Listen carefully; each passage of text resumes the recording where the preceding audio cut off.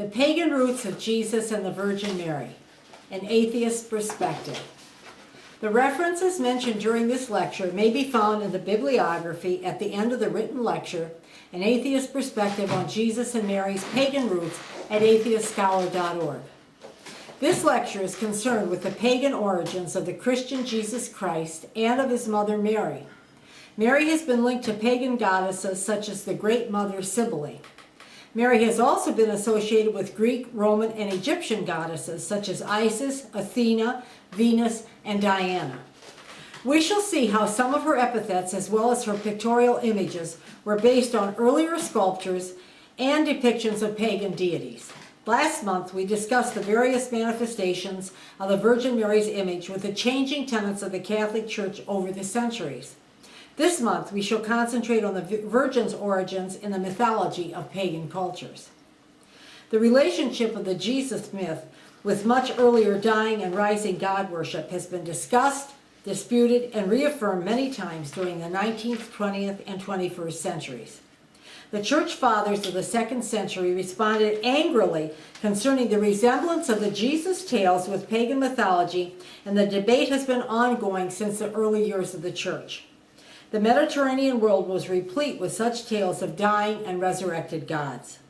The great social anthropologist James D. Fraser's Golden Bough developed the theory fully and has been attacked by Christian apologists ever since. Unfortunately, the concept has also been under attack by an important and well-respected scholar, Jonathan Z. Smith, and my lecture will discuss and refute his peremptory objections. The dying and rising God theory, as elaborated by Fraser, was that many ancient religions of the Mediterranean and elsewhere were based on the vegetative cycle of the earth. The vegetation of our world flourished and grew in the spring and summer, came to fruition and withered in the fall, and became dormant or seemed to die in the winter. The entire cycle was repeated every year. The daylight also waned with the winter solstice and then waxed after that period. In the agricultural era, the crops were seen as dead or dormant when planted in the ground, and then they sprouted once again or became resurrected once more. In a moment, we shall explain how the early religions developed into the mystery religions or cults of the classical world, and then increased in popularity during the first few centuries of the Common Era. According to the scholar Robert Price, there were several different Christ cults in the early years of the Church. The one this lecture will take up is the Kyrios Christos cult. Price's 2000 volume, Deconstructing Jesus, contains an excellent explanation and description of the various Christ cults current during the formation of the earliest Christian church. Burton Mack's 1991 Myth of Innocence also throws light on the Christ cults. Both volumes are in the bibliography at the end of the written lecture, An Atheist Perspective on Jesus and Mary's Pagan Roots at AtheistScholar.org. Time does not permit a discussion of the other Jesus cults, but the topic is a fascinating one for the scholar who wants to know more about the Jesus myth and the roots of its formation. Christos meant Lord at the time of the formation of the mystery cults. The earliest manifestations in the form of rites were likely to have been in honor of the seasonal changes and or perhaps for the purpose of bringing them about. At some stage, the king of his group would be put to death and a new king would be raised in his place and be the new consort of the queen. There would have often been the use of a surrogate for the king, someone who would be king for a day and then be sacrificed, with the old king resuming his throne for another year. Their early rituals were likely to have been very satisfying for people for a while, particularly when humans were tied to the land. But at some point, the more thoughtful among them would think about raising the spiritual level of the rite and also the level of the reward. They would puzzle over the means to share in the nature of their king or god and in the resurrection rite themselves. In this manner, the mystery cults were born and developed. Let us keep in mind that the Hellenistic era, which was from the death of Alexander the Great in 323 BCE to 31 BCE, ending with the emergence of Rome, was a time of prosperity and global trade. Expatriate Greek culture flourished, and there was an upsurge of prosperity and global trade. Some saw it as a period of decadence and others of flourishing. with new developments in art, literature, philosophy, science, and theater. The increased social mobility brought sizable social dislocation. With the growing travel due to trade, emigres experienced exposure to different cultures and their value systems. People found themselves in a pluralist society, and some of them desperately searched for some sort of cultural and ethnic identity to replace the ones they had been forced to leave behind. As Robert Price explains, the older mystery cults would be the esoteric core of a traditional religion whose exoteric concern was the renewal of the fields in the spring. But the exoteric purpose of the mystery cults fell away during the Hellenistic era, leaving the core worship of the resurrected God, the Kyrios or Lord. The dislocated Hellenistic citizens did not share the same social concerns with each other, but they could gather together with the esoteric core of their religions that included their eventual sharing in the God's resurrection. The rites were kept a secret from outsiders, but anyone could join and undergo initiation. Members could also belong to one or more cults at the same time, attending their various rituals at different times. People were seeking redemption and finding it, or rather, the illusion of it, in the similarity between the diverse deities. Rather like some of the people in the loose spirituality movement of the present day, the Hellenistic members of the various cults might have believed that the names of the gods could all be different appellations of the same God. This is an appropriate point to discuss some of the gods and their stories. My listeners will be able to discern the elements from them that drifted into the Christ myth and Christian cult, particularly the Kyrios Christos sect, our focus for this lecture. Then I shall go on to discuss some of the rituals of the mystery religions. Part of the difficulty with describing their rituals is the injunction their devotees had to keep them secret. They did so well with their vows of silence that we have merely fragments of what the rites consisted of. They became, as Earl Doherty says, washed away as Christianity swept through the known world of the time, leaving many gaps for contemporary scholars to try to puzzle out. One of the earliest risen gods was the Elean Baal. His title was of Northwest Semitic origin. He was a warrior god who went into battle with Mot, a formidable monster who devoured him. His consort and sister Anat descended into the netherworld, the land of death, and rescued him from there. Some variants of the myth describe Anat as a virgin. Thus resurrected, the tale narrates, he reigned on the divine throne with his father. He was then known as Lord or Baal of both gods and mortals. The Babylonians worshipped a counterpart to Baal, a god called Tammuz or Damizi. His consort Ishtar apparently rescued him from the land of the dead and was resurrected herself. There is an interesting footnote to this tale of the two risen deities, Ishtar and Tammuz. H. Pope's contention is that the Song of Songs in the Old Testament has been the most naturally taken from the liturgies of those two gods. They were apparently scandalously worshipped in Israel, and the prophets inveighed against them. Jeremiah 12:11 and Ezekiel 8:14 were very distressed by the Israelites' worship of Ishtar and Tammuz.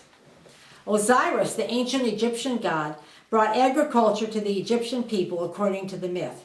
But he was murdered by his brother Set. Isis, his sister, queen, and possibly mother, mourned, looked for, and found the body. Set found Osiris's corpse as well, even though Isis had hidden it, and dismembered the body, scattering the pieces far and wide. Isis put the pieces back together, but could not find the dead god's penis, so she reconstructed one. Osiris impregnated her with his son Horus, who brought order back to Egypt. Horus killed Set and became Egypt's pharaoh. Much of the Christian iconography depicting Mary nursing the infant Jesus is influenced by sculptures of Isis nursing Horus. Osiris went back to the netherworld to rule and to judge the souls of the dead. Orpheus was the son of a muse, a goddess, and a Thracian prince. He was the greatest and best-loved musician of his time. When his wife Eurydice died, he descended to Hades. Hades was both the name of the Greek afterlife and of its ruler. Hades consented to permit Orpheus's wife to return to life. As they were leaving, Orpheus looked back, which had been forbidden, and she faded into his shade. He wandered the earth grieving until Dionysus' crazed followers came upon him and tore him apart. We shall be speaking of the god Dionysus very shortly. Orpheus was not resurrected, but his cult helped give rise to a sense of sin in ancient Greece. As the myth developed, it was changed into the notion of a virtuous ascetic life leading to eternal bliss in the Isles of the Blessed, while evil persons were punished in hell. Interestingly enough, the Orphic cult stressed that souls had to be reborn many times before reaching reward or punishment. This was and remains an Eastern belief. There was no resurrection of the body in Orphism. Mithras was an Eastern god whose worship spread to Rome and took hold. A few variant versions of his myth claimed he was born of a virgin. His cult was a serious challenge to the other mystery religions. The rites were very attractive to soldiers, and they joined the religion of Mithras in great numbers. There is a version of his story that claimed he died on the shortest day of the year, but was reborn the next day. The shortest day of the year would be the equinox, always near the Western calendar holiday of Christmas, December 25th. He was originally a Persian god of light, a mediator between the Persian high god and man. Mithras aided the ascent of the human soul to heaven after death. His possible December 25th birthday celebrated his birth from a rock or in a cave, and shepherds came to worship him. It was believed that he would raise the dead and judge mankind at the end of the world. The cult of Mithras was a serious challenge to Christianity during the 2nd and 3rd centuries CE. Let us continue to keep in mind as we go over the tales of the pagan gods the resemblance of certain portions of their stories to those belonging to the Jesus myth, particularly the notion of the deity's resurrection. A most important forerunner of Jesus was the Greek god Dionysus, or Bacchus. There are so many versions of his tale that it is impossible to go over all of them here. His mother was seduced by Zeus, the foremost god of the Greeks. Zeus made his lover a promise that he would do anything she asked. Once such a promise was made, he was not able to rescind it. Either because Zeus's jealous wife Hera prompted her or because she was foolish, his mistress asked to see Zeus in all his glory. When he appeared to her, his blinding light killed the pregnant woman. But Zeus snatched the baby from her body before he was born, some say, putting Dionysus into his own thigh until the time of his birth. Zeus gave him to the nymphs of Nysa to nurture and bring up. Some versions claim the nymphs were turned into stars, the ones that bring rain when they come near the horizon. One can see the fecundity symbolism in this variant. Dionysus, born of Zeus's fire and nurtured by rain, became the god of wine. He traveled everywhere, teaching men the culture of the grapevine and the mystery of his worship. An important version concerning his childhood was that he was torn to bits by the Titans, the giants, and eaten by them. Zeus killed the Titans and ate the baby Dionysus' heart. He then gave birth to a resurrected Dionysus. Bacchus's worship ceremonies were very interesting. We shall get to them in a while. In some versions of the Dionysus myth, the god of wine died some sort of death every year and was resurrected. The ashes of the Titans Zeus had destroyed gave rise to the race of men. According to this variant, we humans therefore possess divinity within ourselves because we too ingested Dionysus. This divinity, the soul, longs to be free of the prison of the flesh and unite with the divine source, the resurrected Dionysus. By the time of the Hellenistic mystery cults, the body and the world had become devalued. Redemption from the flesh became life's goal. There were many devotees of Dionysus in the Hellenistic era. One opened coffin of a wealthy woman showed that her gown possessed 2 large gold brooches, both engraved with prayers for and faith in the deceased resurrection by Dionysus. It is ironic that the classical Greek god, most given to the pleasures of the flesh, the grape, and the world, would be worshipped in later times as a savior. Later in the lecture, after I have discussed the mystery cults of the Hellenistic world and their rituals, I am going to go into hero legends and tales, which are different from myths of dying and rising gods, but which share many aspects of them. There are many similarities with the legendary pre-Christian heroes, some of whom were taken into the home of the gods, Mount Olympus, and the Christian Jesus, who ascended to heaven. But first, the mystery cults and their relation to Christianity is important to establish because some of their practices relate to Christian rites. Many scholars have written concerning the relationship of Pauline Christianity with earlier Jewish scripture and Jewish cultural beliefs. But there are aspects of Christianity which reveal that it was also very dependent on the Hellenistic religions circulating at the same time the early church was growing and developing its doctrines. Christianity's emphasis on the salvation it offered, its sacramental rites, and its type of savior resembled the mystery religions or cults, which had a large circulation and many members in Rome and elsewhere. It seems impossible that there are theologians and scholars who can maintain that there is no similarity between Christianity and the mystery cult, no resemblance between Jesus and other dying and rising gods. The Catholic Church was a master of syncretism. The Church took various beliefs and practices from the past and from its contemporary rivals and forged them into something new and viable. Jesus resembled the savior gods of the Greco-Roman mystery religions too closely to negate any claim that the Jesus story had no relation to them. We shall take up the objections made by some scholars and Christian advocates in a while, but for now, I would like to concentrate on the rites of the mystery cults of the Hellenistic period. The Greco-Roman cults had little to do with ethical matters or questions. Rather, they promised their initiates rebirth, some sort of immunity from evil spirits and or fate, and some type of afterlife. Let us keep in mind that by the Hellenistic era, most Greek thinkers did not envision some type of bodily resurrection, but rather of immortality of the soul in some kind of joyful region or blissful spiritual state. The cult of Cybele, which also involved the story of her lover Attis, was one of the most important mystery religions in Rome. We shall be discussing Cybele when we come to the Virgin Mary and her pagan roots. The Isis cult, which involved Osiris, was verging on a universal religion by the 2nd century CE. We shall also see the connection of Isis to the Virgin Mary in this lecture. Finally, the Mithras cult became virtually a state religion in Rome, although it did not permit women to join and was most popular with the military. Mithras worship flourished just before Constantine promoted Christianity to an informal state religion in the 4th century. The mystery religions had more importance to many people in the 2nd and 3rd centuries than the old religion of the Romans. Spiritually seeking people were no longer interested in the Roman pantheon of the gods and goddesses, many of which had been borrowed from the religion of the classical Greeks. Until Constantine, the mystery cults were much more influential than the Christian sect, which was less well known and less popular. Earl Doherty maintains the word Paul used for supper, deipnon, in his account of the Lord's Supper in 1 Corinthians, was the same word commonly used for the cultic meals in the mysteries. Nearly all the cults had a celebratory meal as part of their ritual.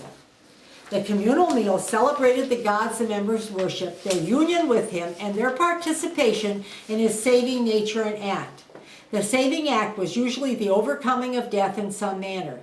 It is clear that the members saw themselves as sharing in their God in some way. Here are some descriptions of just a few of the sacred meals celebrated by some of the mystery cults. The Thracian Phrygian Sabbatios cult participated in a communal meal meant to symbolize the heavenly banquet believers would share in the afterlife. Isis was claimed to have personally initiated her sacred rites, one of which was a communal meal. The Mithraic followers believed that Mithras had killed a bull and that he and the sun god celebrated by dining on bread and wine afterwards, although some variants said they had dined on the meat of the bull. I'm going into some detail about the pagan communal meals because I would like to emphasize their connection to the Christian Eucharist, which is striking. The Mithras initiate took a ritual shower in the blood of a disemboweled bull. If he couldn't afford a bull, a lamb could be substituted. Robert Price, in connection with this ritual, mentions a wonderfully illuminating phrase still used in a Christian song. "Brother, have you been washed in the blood of the Lamb?" The lamb, of course, for Christians is Jesus. Attis initiates were swept up in the orgiastic rites of Cybele worship. There was ecstatic dancing and music. The most fervent among the men would castrate themselves, often tossing their testicles into the lap of a silver statue of the goddess.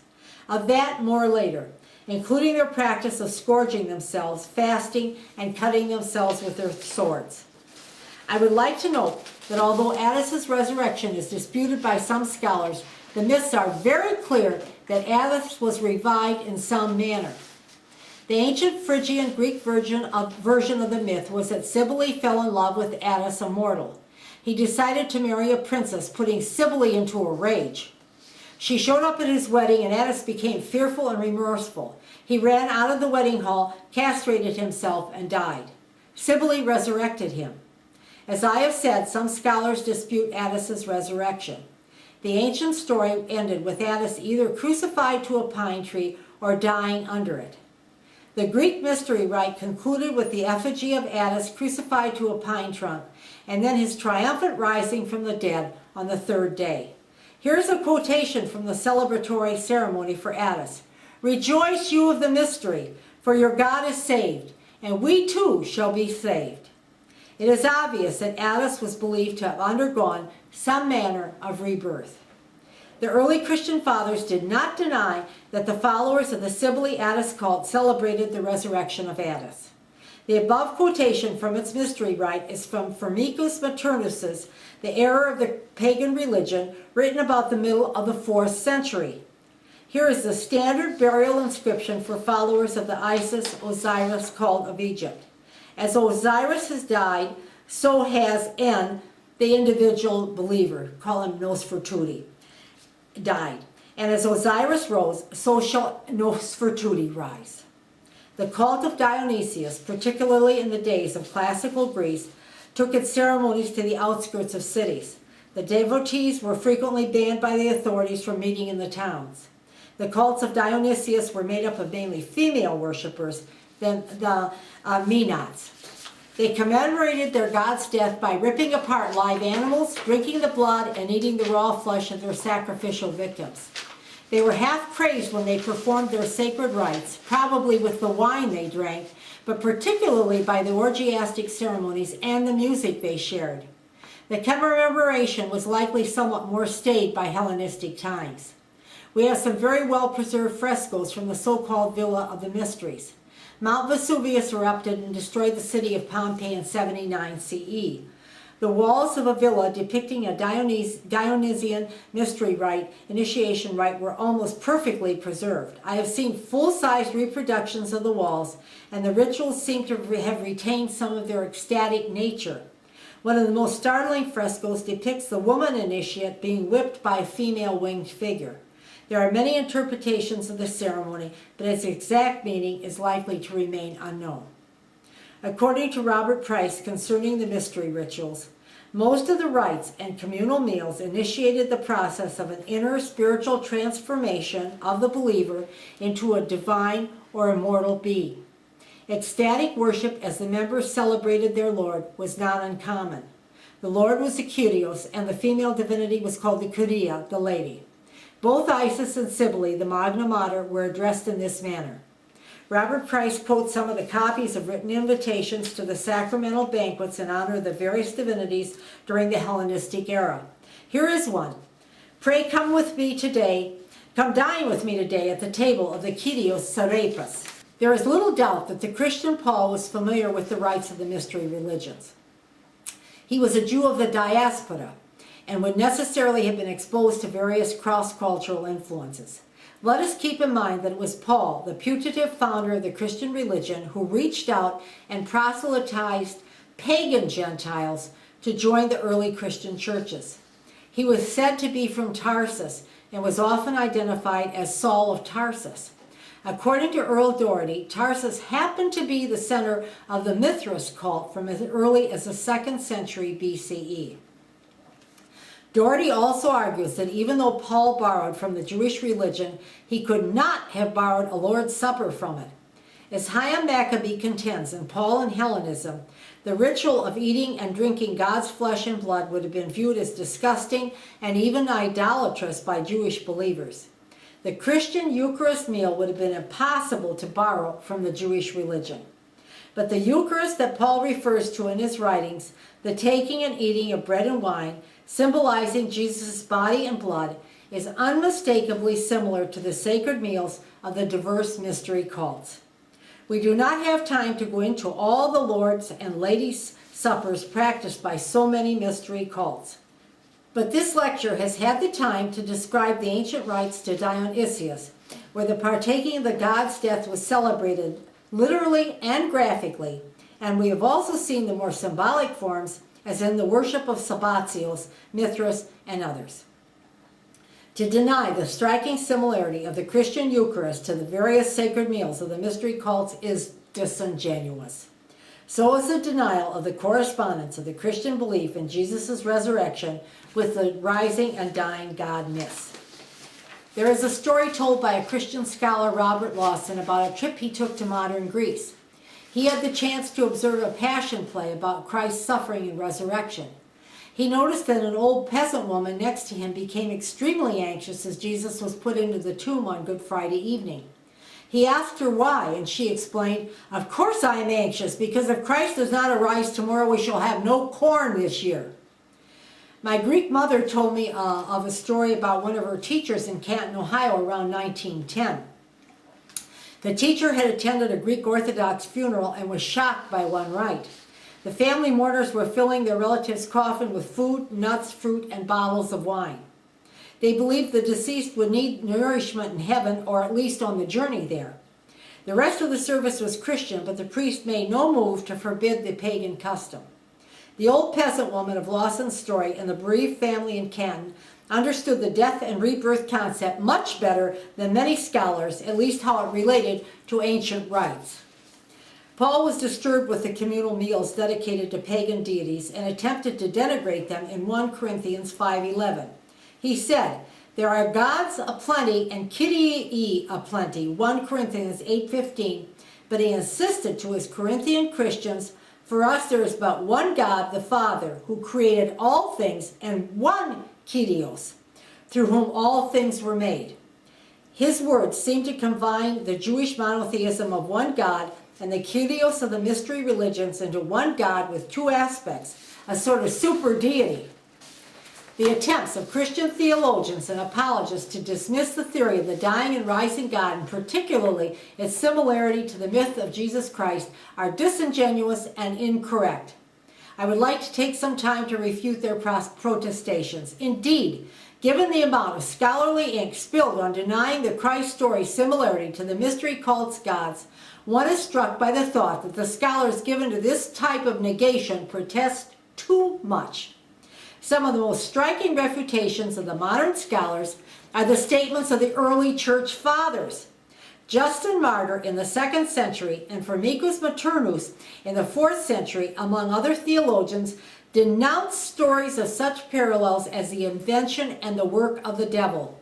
They maintained that Satan foresaw the Jesus story and tried to prejudice pagans in advance by counterfeiting it, so that pagans would see Christ as an alternative and not a very original one.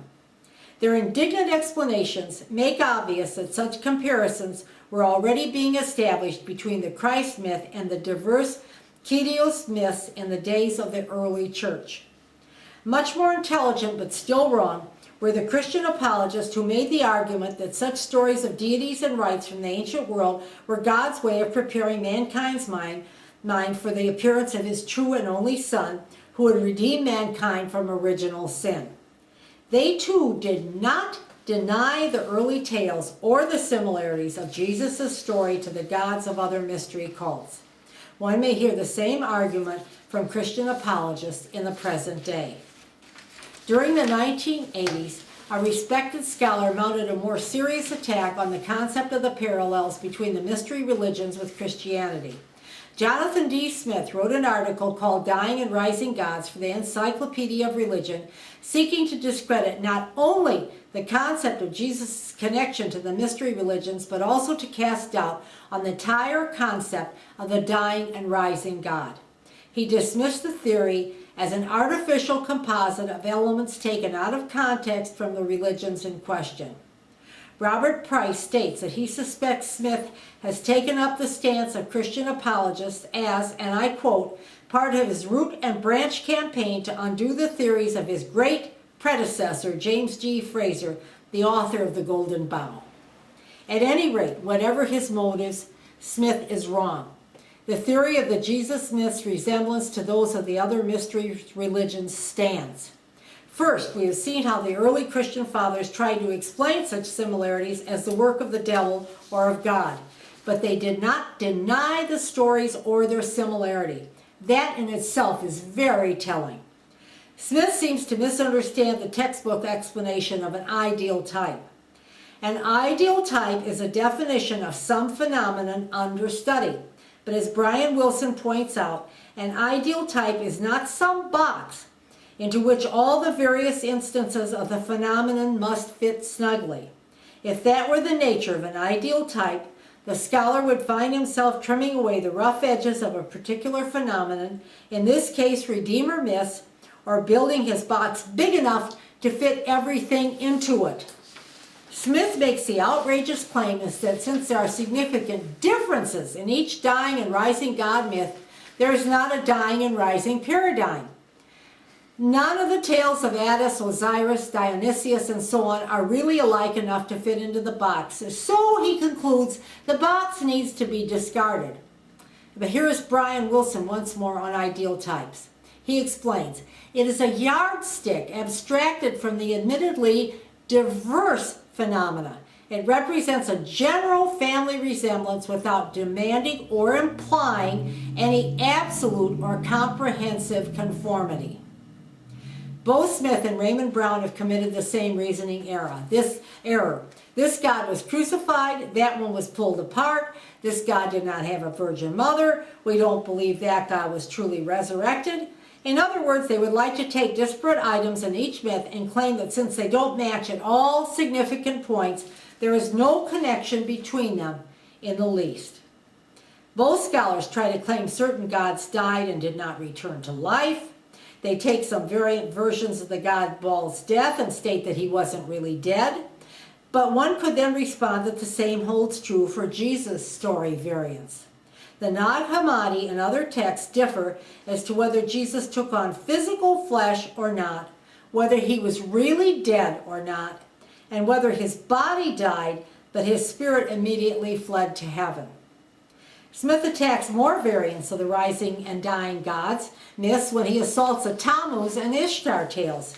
He attempts to discredit new evidence that Tammuz not only died and rose again in the telling of the myth, but that Ishtar was resurrected also. Smith ignores Ishtar's rising and dismisses Tammuz's as well. It was only for half a year, Smith sniffs. Death is inexorable, so for the dead Tammuz, it is not a resurrection, but a half-year furlough each year. I concur with Robert Price, who maintains that the dying and rising God mytheme remains unimpeached. After discrediting the resurrection myths that were the forerunners of the Hellenistic mystery religions, Smith moves on to more awkward speculation. His theory is disingenuous.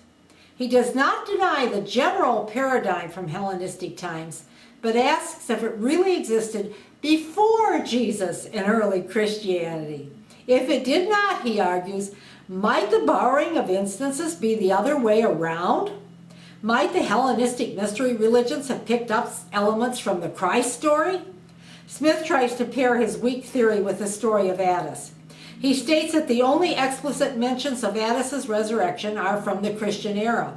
But he fails to say that there was no mention that the resurrection story was an innovation in the extant Attis literature from Hellenistic times. The scholar Vermaseren has shown that we do have a pre-Christian pottery shard that depicts Attis dancing, the traditional pose of his resurrected self. This notion of Smith's that the mystery religions borrowed from the Christian myth is fatuous. The mystery cult's resurrection stories preceded the Christian one and were borrowed by the Christians. If not, then why did the Christian fathers not deny the claim? Instead, if you remember, they admitted the assertion concerning the resemblance between the resurrection tales, but argued that it was Satan's doing to deceive mankind, or God's, to prepare mankind for the true Redeemer. In other words, they were forerunners. Several scholars have reached the common sense conclusion that once the Jesus story touched Hellenistic soil, it took on many elements of the dying and rising God religions that were so common in that syncretic era. As people who were members of other mystery cults came to be attracted to the Christian one, it must have been impossible not to present Christ as a God with most of the elements of the other kyrioi. What would have been the advantage to the church to deny people who wanted to share in their kyrios' resurrection? Why would people join a cult that paid homage to a suffering and then finally dead God? Would Jesus have even been considered a Lord without a resurrection, considering the zeitgeist of the times? Let us also keep in mind that at first converts did not have to leave their various mystery religions when they joined the Christian one. There was no necessity at the very beginning. Robert Price states that in Refutation of All Heresies, 5, 7, 13, 10-2, Hippolytus preserved the Gnostic Nicene exegesis of a still earlier hymn to Attis, in which the Savior Jesus is the same as Adam or Attis or Adonis. It was Paul who determined to establish Jesus as the only deity that Christians could worship. He saw that what he called a brother weaker in faith might not grasp that Jesus was, according to the Christian faith, the only real Kyrios. There was a general theism at the time, as Max Muller termed it. One could worship several gods, but one at a time. With such coming and going, how could the earlier mystery religion concepts not drift into Christianity, transforming it into a cosmopolitan, cosmic redemption story attractive to people whose cultural identity was adrift? The adherents to the mystery cults were those seeking identity and salvation from them. Neither Paul nor our contemporary deniers of what is under their noses can stamp out the Bible's references to Dionysus and other mystery deities. As Robert Price points out, the following scriptural passages bear Dionysus' influence unmistakably. Jesus bequeathed his followers the sacrament of his body, the body of grain, and his blood, the blood of the grape. Mark 14, 22, 25. Only so is he the true vine, giving vitality to his branches. John 15, 1, 6. Jesus turns water into wine. John 2, 1, 10. As Jesus the corn king, his winnowing fan is in his hand. Matthew 3, 12. He is slain while the world is still green. Luke 23, 31. Yields up his life like the planted seed. John 12, 24. And is buried in a garden. John 19, 41. Jesus' story can also be seen to parallel with traditional as well as legendary fictional heroes. Our lecture will now move from mythology to folklore. This portion of the lecture is very dependent on Alan Dundas's article, The Hero Pattern and the Life of Jesus, in the book In Quest of the Hero. Lord Raglan, whose most important essay is in the Hero volume, was one of the foremost proponents of the hero pattern in folkloric stories. Yet Raglan never undertook the New Testament. He is on the record as stating that the compilers of the historical books of the Old Testament were not historians writing for students, but theologians writing for the faithful. Obviously, one could say the same for the writers of the New Testament, but Lord Raglan never did. In 1966, he told Professor Albert B. Friedman that of course he thought of Jesus in connection with the hero pattern, but that he had no wish to risk upsetting anyone, and therefore he elected to avoid even as much as mentioning the issue. Alan Dundas states that the hero pattern articulated by Raglan and a number of other scholars is part of folktale and legend, not myth. He goes on to maintain, I would argue that the lives of Joseph, Moses, Elijah, and Jesus would, from the folklorist's point of view, be considered legends. The terms myth and legend are often used interchangeably, and when I relate the Hercules legend, you will see that many aspects of legend cross over into the definition of myth. That is the case with many hero legends and deity myths as well. But a myth is generally a story that relates a religious explanation for something, for example, how the world or a custom began. It is generally written rather than oral. A myth has an element of timelessness outside of history, and the events narrated are of a symbolic nature. It has been noted by many historians that certain Christian stories share many features of myths. A legend is a story told as if it were a genuine historical event rather than an explanation or symbolic narrative. It can be oral or written. Folk tales and fairy tales are usually oral, and fairy tales use magic in the narration. I would like to add that all these forms were oral at one time and then written down. The attempt to reach a point of ascertaining which portions of the New Testament are historically accurate is very old. Celsus, circa 178 CE, who, if you remember from an earlier lecture, the early Christian church and its war on reason at AtheistScholar.org, asked why, if the other stories are myths, should the Christian account be regarded as noble and convincing? Gunkel stated the issue of why narratives should be considered true and the others as false very well. Here is what he said. It should not be forgotten that many of the legends of the Old Testament are not only similar to those of other nations, but are actually related to them by origin and culture. Now, we cannot regard Genesis as history and that of the Babylonians as legend. A scholar or an interested layperson faced with so many variants of the tales in the Bible, and particularly for the purposes of this lecture in the New Testament, has three choices. If one is a Christian, one can say that the version he or she believes, the Jesus legend, is true, and the other versions from diverse belief systems and legends are false. One can also say that all versions are true and acceptable. The most objective approach for the secular scholar is to say that all the versions are legends, are fictions, and therefore the secular thinker will accept none of them as truth. To approach Scripture in this manner is to desacralize it. In this portion of the lecture, I shall continue to treat Jesus as neither a teacher, magician, nor healer, but rather as a fictional figure, one whose life and story fits into the hero pattern as determined by folklorists. I am agnostic on the issue of Jesus' historicity. Fitting significant aspects of a life into the hero pattern does not mean that the person never existed. It does mean that there are certain stories that have gathered around a figure that have commonalities and parallels with stories that have accrued with many other figures. Dundas explains that Jesus' story corresponds to some of the 22 aspects of Lord Raglan's incidents pattern. I will skip numbers as I read that do not apply to the Jesus legend. Dundas includes these incidents as applicable to Jesus.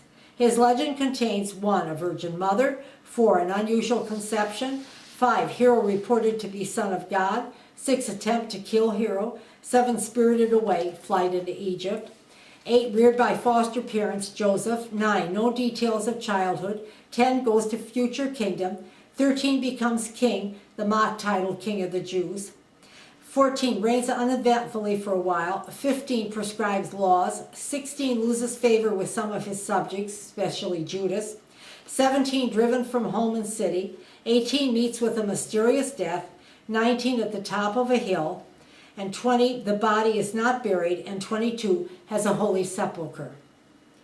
I might disagree with 1 or 2 of these designations, but as Dundas points out, Jesus scores about 17, which places him more firmly in the legend pattern than other famous heroes of history and legend, such as Apollo, Zeus, and Siegfried. I would like to glance at the legend of Hercules, the ancient Greek champion, for comparison's sake and as an example of a hero. I have chosen Hercules specifically because, in the words of that consummate historian Michael Grant, the supreme rescuer to the Greeks was Hercules, whose lives came to resemble the gospel portraits of Christ. I do not fully agree with Grant, but his statement is worth considering.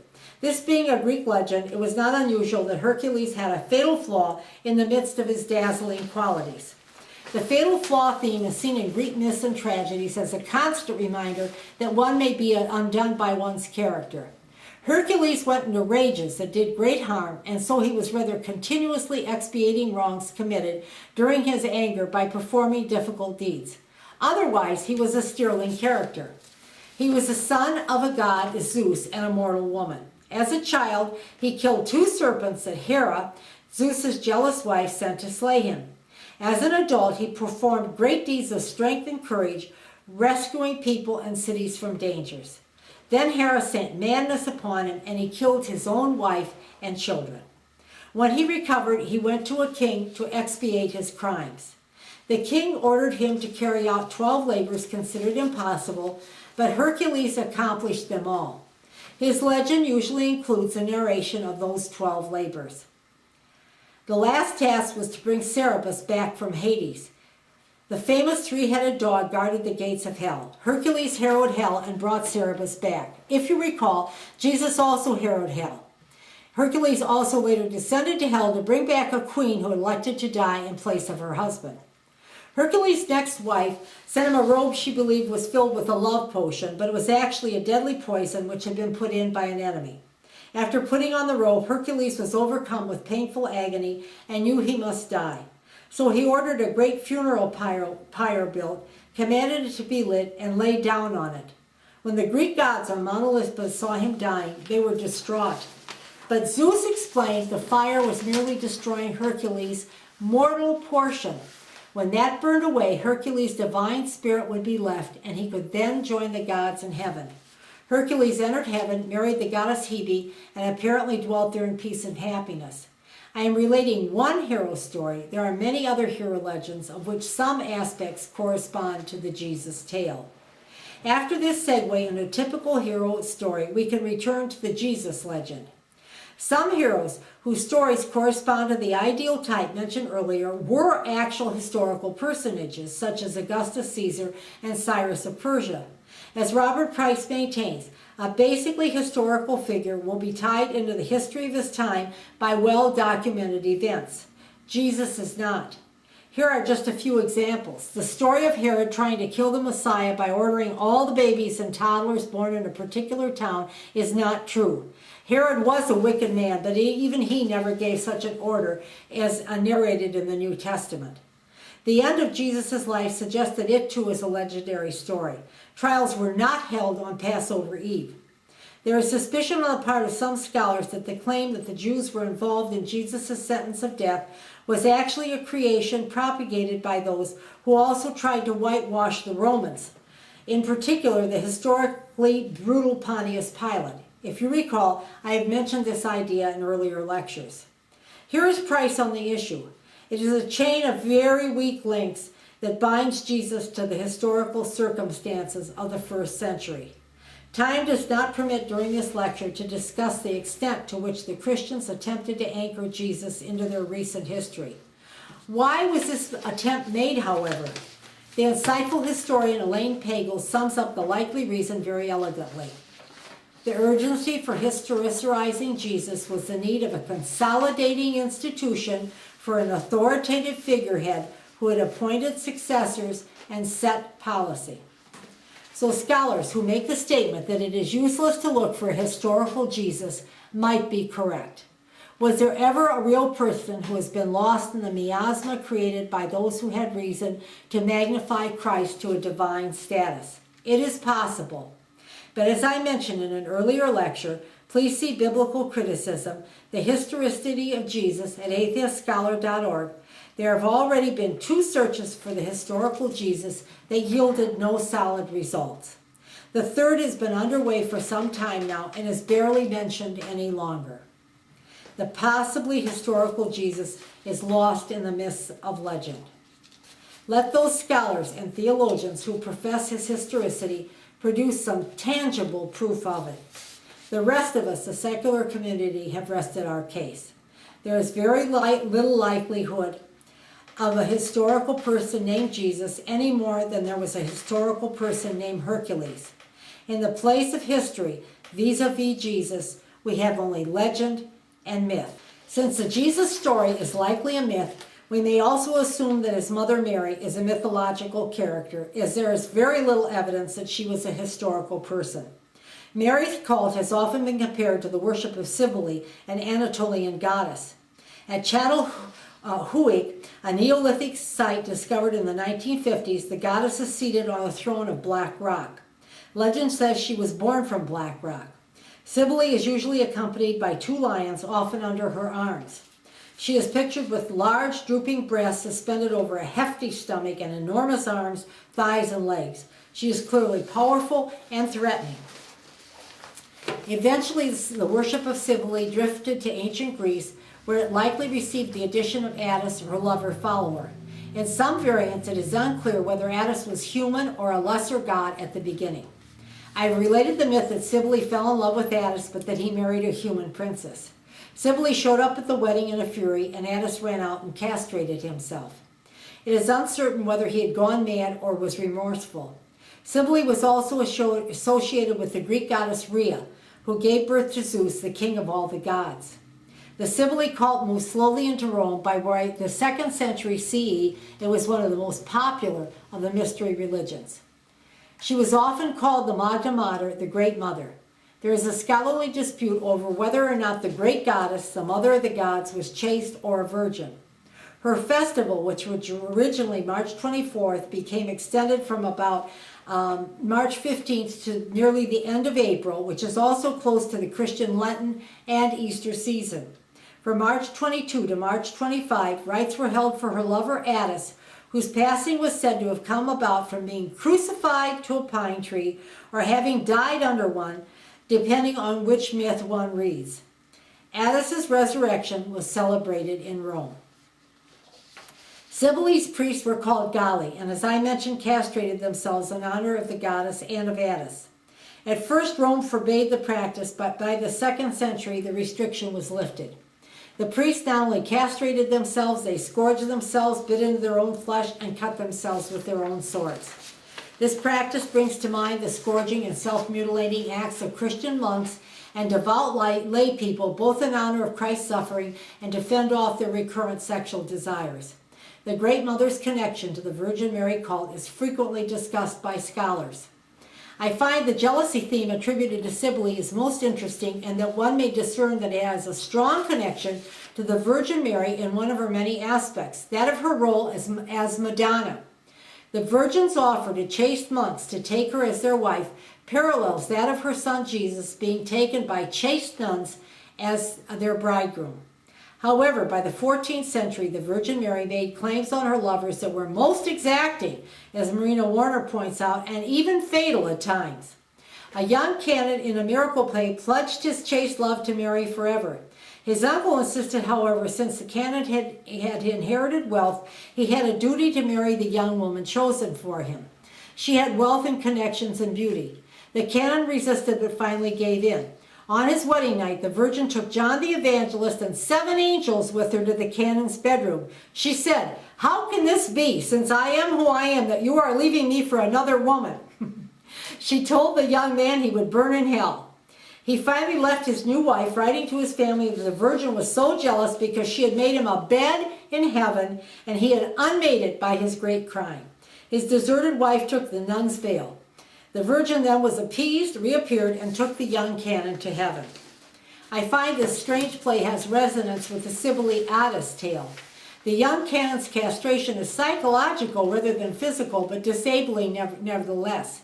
He fears Mary and rejects sleeping with his wife. There are more tales from the 13th and 14th centuries depicting the jealous Virgin Mary punishing unfaithful lovers. I refer people who are interested to Marina Warner's volume listed in the bibliography. The Minoan snake goddess of Crete, Greece, is slender and charming looking. The Minoans were a graceful and naturalistic people whose civilization flourished around 1600 BCE. The goddess's statue depicts her proudly bearing her breasts, which was the Minoan style of dress, and in her hands are 2 snakes. The snake was a symbol of wisdom and chthonic power. The Minoan goddess confidently possesses the snakes and all their powerful attributes. There has been speculation that she was a virgin, but it's impossible to know the truth of that claim with any surety. By the time of 5th century Greece, patriarchy had taken a firm hold. Athena was a powerful goddess of wisdom and protectress of cities, particularly Athens. She was not born, as Mary was, by an immaculate conception, but from her father Zeus's brain, or head. He was angry at Athena's mother and snatched the unborn baby from her. Athena was later said to have been born from the thought of Zeus. Mary, too, was immaculately conceived by the intervention of a god. Athena was a virgin. On her shield is a coiled snake. Occasionally, the snake is placed next to her. A god tried to rape her, the myth said, but she resisted, and he spilled his semen on her thigh. She wiped it off on a piece of cotton cloth and tossed it into the sea. The story relates that her snake son, Erycthonius, was born from that semen and the sea. He is the snake, it was said, by her side in some sculptures. The snake was still a symbol of wisdom and occult power in classical Greece as it had been in earlier cultures. Athena's birthing of Erycthonius was a virgin birth. Variants of the myth in paintings depict him as human. In medieval times and up to the present, a well-known copy of the statue of the Virgin Mary presents her as a queen of heaven. The serpent, now degraded to a symbol of evil and corruption, and often associated with Satan, is under Mary's foot and clearly in her power. Who, seeing the dramatic snake symbolism reflected in goddess statues over many centuries, can deny the Virgin's connection to the earlier goddesses worshipped by people? The story of the Virgin Mary is a fine example of the syncretism practiced by the Catholic Church. We learned in the last lecture how the image of Mary changed with each shift of church concern and dogma. Each manifestation of the serpent through pagan mythology, the Old Testament, and finally the New Testament underwent a shift through time and culture as well. Now I would like to turn to pagan goddesses and the topic of their marriages, sometimes to brothers, sometimes to sons.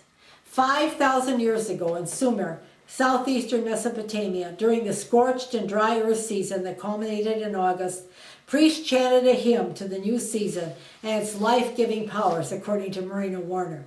This was the season to offer liturgies to the god Dumuzi, or Tammuz, and his mother bride, Inanna.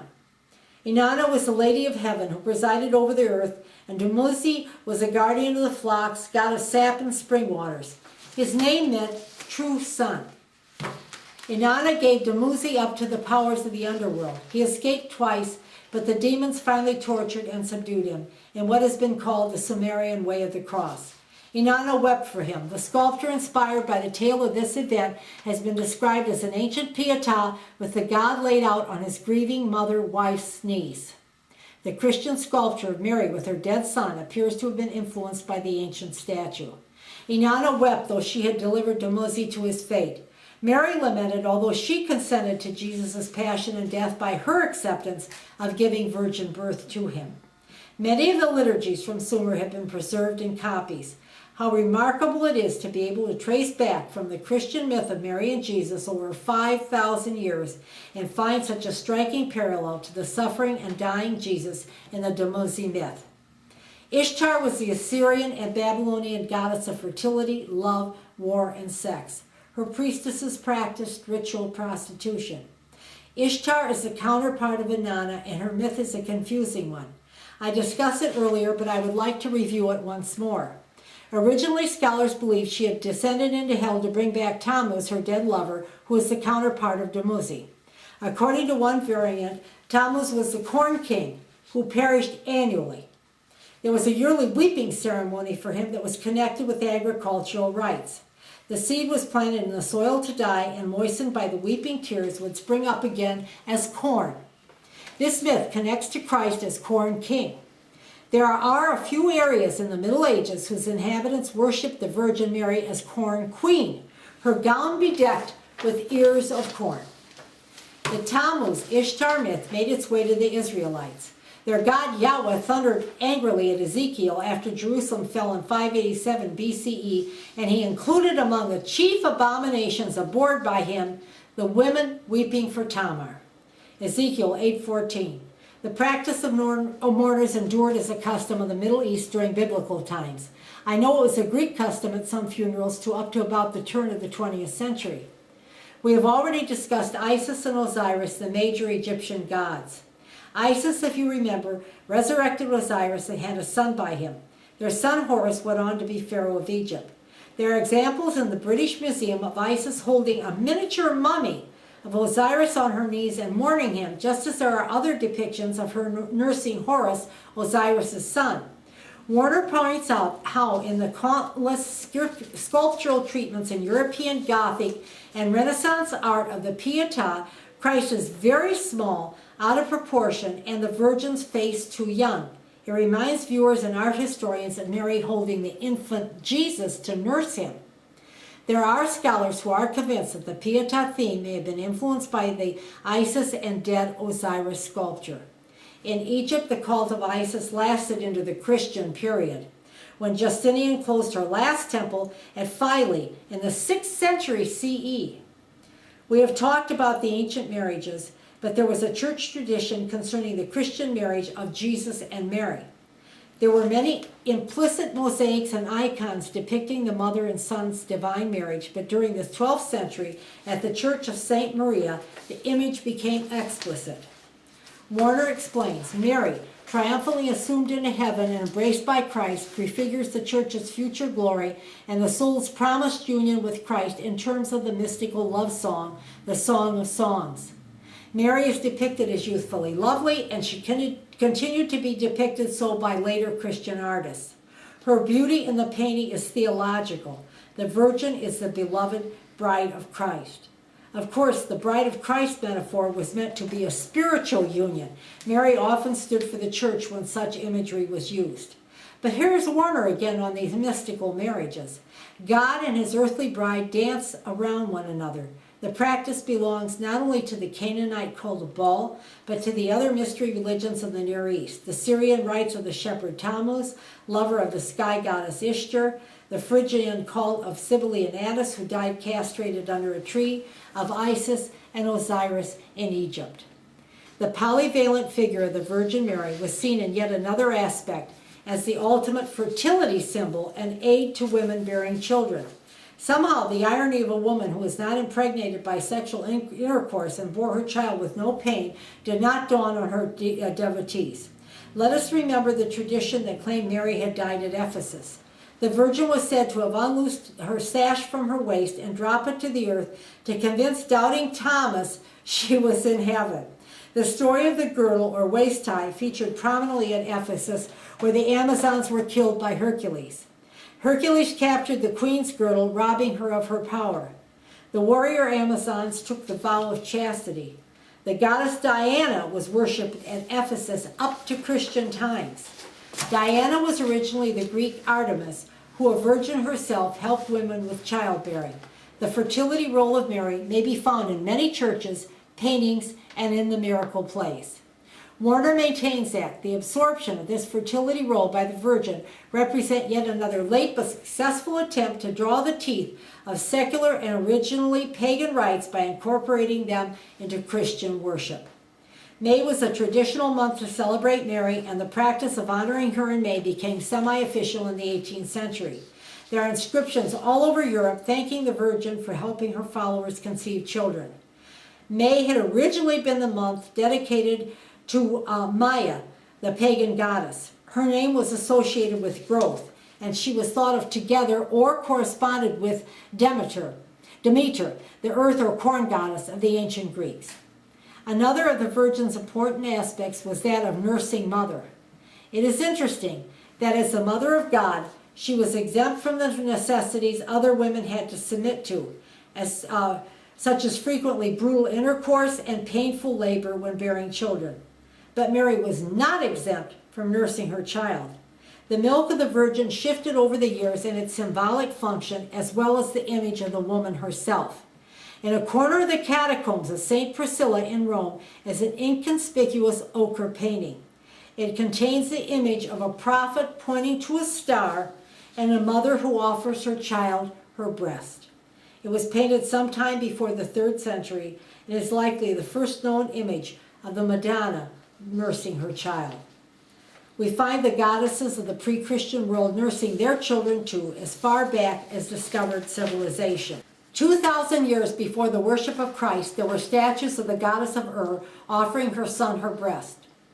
Around 1000 BCE, there were Mexican statues, Liberian statues, statues from the Lower Congo, Ivory Coast, and Gold Coast, all of them depicting goddesses nursing their babies. In the later period of classical Greece, Zeus was suckled by Amalthea. His father provided him with honey. A variant of the Dionysus myth states a nymph raised him on milk and honey. Diana, the virgin goddess, was a moon deity in one of her aspects. The ancients frequently connected the moon with milk. Diana, the moon, and mother's milk were all pristine. The Romans associated the eternity of the heavens with mother's milk. When Juno was nursing Hercules, the story went, her milk sprayed across the sky, creating the Milky Way.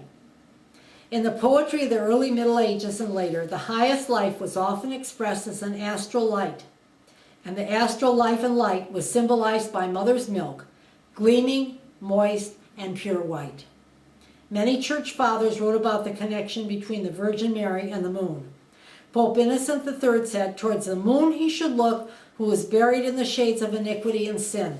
Having lost grace, the day disappears and there is no more sun for him, but the moon is still on the horizon. Let him address himself to Mary. Under her influence, thousands every day find their way to God." He wrote this piece somewhere between 1198 and 1216 CE. Milk must have seemed a miracle to early people. During ancient times, children would have died without the nourishment of milk. In the Old Testament, milk and honey are the images connected to the promised land. There are descriptions of early Christian baptisms that used milk and honey to Christian neophytes, symbolizing their spiritual new life when they ate them. Some Gnostics as well wrote of milk and honey to symbolize the highest spiritual state. Let us keep in mind the words of the 20th century anthropologist Levi Strauss, who wrote a seminal volume in 1964 called The Raw and the Cooked. He discussed honey, but what he said of it can also be applied to fresh milk. They both taste cooked but are eaten raw. They need no processing, no purification. They are both different from other sources of nourishment. Wine, another symbol of life and fertility, needs man-made processing. Only milk and honey are pristine. They're liminal. They stand between the raw earliest civilizations and the cooked later civilizations. In many religions, both occupy a sacred space. For Christians, the depiction of the mother's milk nourishing an infant was a symbol of God nourishing the soul of the faithful. There was a remarkable story told by a church father, Bernard of Clairvaux, who wrote an enormous amount of tributes to the Virgin Mary. He was in church reciting the Ave Maria Stella, and when he came to the words, "Show thyself a mother," the Virgin appeared to him and pressing her breast allowed 3 drops of milk to fall into his mouth. Coincidentally, he was called the honey-tongued doctor. The Virgin's Liturgy contains lines from Ecclesiastes written about 200 BCE that state, "My memorial is sweeter than honey, and mine inheritance the honeycomb." There were tales told of the Virgin's milk pouring into the mouths of souls in purgatory. The Virgin frequently bared her breast to remind Jesus of her suckling him when she asked him for a favor. Calvin railed against the image of Mary in her milk during the Protestant Reformation. As the Renaissance advanced, propriety and the controversy over Mary's Assumption made the breastbearing and all the milk very uncomfortable for the Church, and the popularity of the image waned. But Mary's connection to the Magna Mater from the dawn of civilization is very clear. Mary, as nursing mother, was yet another pagan symbol adopted by both the early and later Church for its own purposes.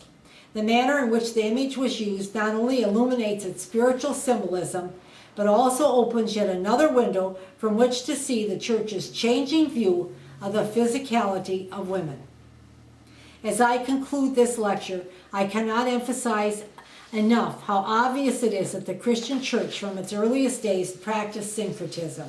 Its theologians and advocates combined the stories, legends, and myths of the pre-Christian world with its own mythology, creating a hybrid mystery cult that was very attractive to the uprooted and spiritually seeking people of the Hellenistic world.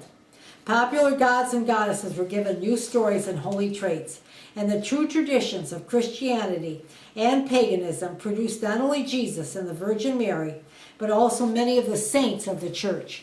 The pagan images of the revered chaste, fertile, and nursing mother-wife goddesses were manipulated to blend with the story of the Virgin Mary. The combinations produced multifarious versions of her that reflected the changing concerns of the Church. This lecture has demonstrated that the Jesus image was fashioned from legends of heroes and from myths of dying and rising gods that reach back to the earliest myths of mankind. The image of his mother Mary as well was forged from pre-Christian goddess worship. The pagan roots of Christianity have been thoroughly researched by respectable scholars. Those writers who deny the factual evidence are either mistaken or disingenuous. The early church prevailed over and conquered pagan religions for a variety of reasons, many of which have been enumerated in the early Christian church in its War on Reason at AtheistScholar.org. But an important element in its success was to both borrow from the mystery religions and at the same time, unlike the other cults, insist on Christian exclusivity. The Christian faithful were enjoined to leave all other false faiths and worship only Jesus, God, and the Holy Spirit of the New Testament. We owe a debt of thanks to scholars such as Marina Warner, Earl Doherty, Robert Price, Richard Carrier, and others who have exposed the church's pagan roots and brought the evidence to light for all who value truth to embrace. It is a matter for celebration as well that as archaeological research and scientific inquiry advance, the myths from the dark past of human sacrifice and suffering are being rapidly dispelled. We may now celebrate the human capacity to grow and human minds to explore. We are beginning to realize that our crowning achievements have depended on us alone by our own efforts and not on the benevolence of a God whose story is mired in the savagery of the earliest days of our civilization. The day is coming when we shall have eradicated all vestiges of the superstitious past, as we have discarded the plow for the tractor, the horse-drawn carriage for the automobile, and the airplane. We are beginning to replace the story of Jesus, God, the Holy Spirit, and the Virgin Mary with visions of new horizons. The influence of the ancient gods is being slowly overthrown as our confidence in man's future and ability to forge new customs and ideas without reference to useless fictions grows and flourishes. Thank you very much for your attention. I'm looking forward to our discussion.